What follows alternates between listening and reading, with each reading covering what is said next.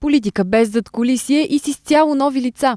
Затова са амбицирани да се борят от новоучредената политическа партия "Компетентност, отговорност и истина".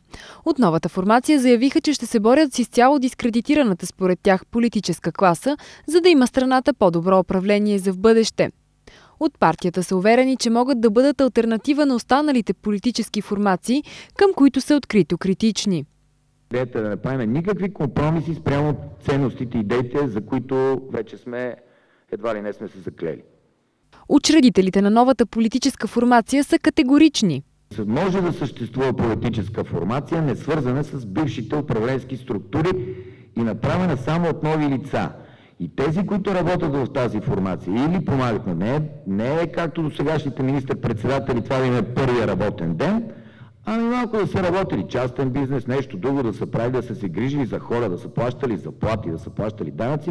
Първата задача на новата партия ще бъде да влезе в парламента, самостоятелно или в коалиция, без обаче това да бъде самоцел за тях. Категорични са от "Компетентност, отговорност и истина".